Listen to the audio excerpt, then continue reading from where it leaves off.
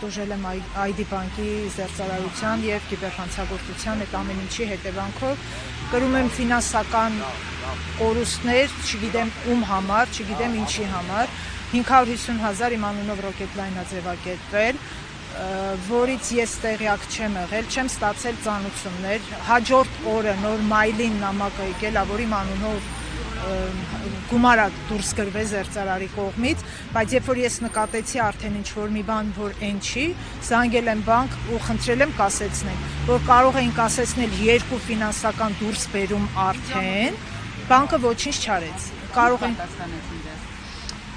մինչև այն որ դանդաղ մինչև գործողություն են անում, ամբողջը դուրս է գալիս։ Մի դեպքում հետո հաշտարարի հետ միասին մի դեպքում ասեցին կարող են գումարը հետ պահեն 9,000 ռուբլիներ, որը որ ես պնդում եմ, որ դրանից առաջ կար նաև 59,000 ռուբլի, 58,000, 59,000 եւ 9,000 ռուբլի ա դուրս եկել իմ հաշվից, որ կարող էին նաև գոնե 2-ը պահեն, բայց ոչինչ չեն արել։ Ու հիմա ես կրում եմ դրա պատասխանատվությունը, չգիտեմ թե ինչի համար։ Երբ է դեպքը եղել։ Դեպքը տեղի ունեցել 2024 թվականի հոկտեմբերի 5-ին։ Ու ասեմ ավելին, ոնց ես շփվում եմ մարդկանց հետ, բոլորի դեպքերը լինում է երեկոյան ժամերին, երբ որ արդեն բանկերը փակ են, շաբաթ-կիրակի օրերը, երբ որ բանկերը փակ են, չգիտեմ, այստեղից կարելի է ինչ-որ մի եզրակացություն անել, որը թողեմ նաև կենտրոնական բանկին եւ մնացած իրավաբանական կառույցներին, որ իրենք ճշտեն, ինչի է այդպես լինում։ Այս պահին ձեր պահանջումից է կենտրոնական բանկից, կոնկրետ ID բանկից, թե իշխանություններից, ումից եք պահանջում։ Ես բոլոր պատկան մարմիններից եմ պահանջում, որովհետև այսօր ես եմ տուժել, բայց չգիտեմ վաղ արդյոք պաշտպանված է իմ հարազատը, որ չի ձևակերպի իր անունից։ Կոնկրետ ուղղակի բանկի անունը չնշեմ, ես ունեմ վարկային գիծ, բայց նամակը գնում է իմ ծնողին։ Ծանուցումը գնում է իմ ծնողին, ինչի համար, չէ որ դուք թարմացում եք անում, չէ որ դուք, այսինքն սա ձեր բաց թողումն է, սա ձեր սողանցքներն է, գոնե այնենց արեք, որ կառավարեք ձեր ամեն ինչը, սխալ ձեր աշխատանքից տուժում է հասարակ քաղաքացին։ Իսկ մինչ այդ տվյալ բանկին դիմել եք ինչ-որ վարկի համար կամ ինչ-որ ապառիկ գնելու համար։ Չէ, կոնկրետ իմ դեպքը ID բանկի հետ է կապված եղել։ Օգոստոս ամսին քարտիս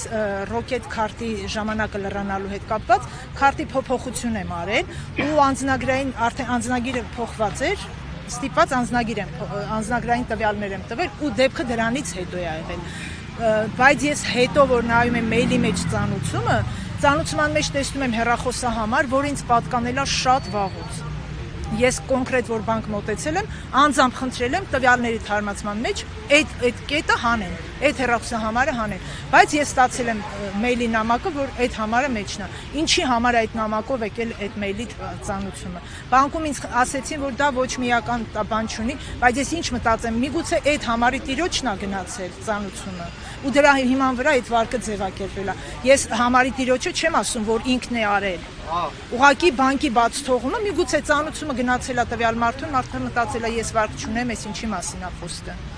Եթե փոփոխություն եմ արել, ես նոր համարս ձեզ վաղուց տրամադրել եմ, ինչ գործ ունի հին համարը այդ ամեն ինչի մեջ։ Սա իրանց անգործության, սա իրանց սխալի հետևանքով քաղաքացիները կրում են ֆինանսական բեռ, որ այսքան քաղաքացին կան նաև այդ տեսակի տուժածներ։ Չի կարելի նման ձև արվել հասարակ քաղաքացու հետ։ Տարբեր պատկան մարմինների եք դիմել, մինչ այս պահը որևէ կոնկրետ պատասխան չեք ստացել։ Ինչ ակնկալիք ունեք օրինակ այսօր հակակոռուպցիոն կոմիտեից։ Հակակոռուպցիոն կոմիտեն թող քննեն բոլոր դեպքերը, չէ՞ որ մենք քննչական կոմիտեում էլ արդեն ունենք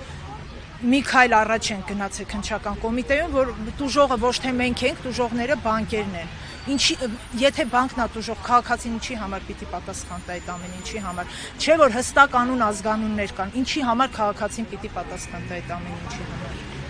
Բանկերի կառավարիչների հետ հանդիպում ունեցել եք։ Ես մոտեցել եմ կոնկրետ ID բանկ, ինձ ասել են, որ իրենք չունեն իրավաբան, իրենք բանկի կառավարիչը անձամբ չի ընդունել, պատասխանում է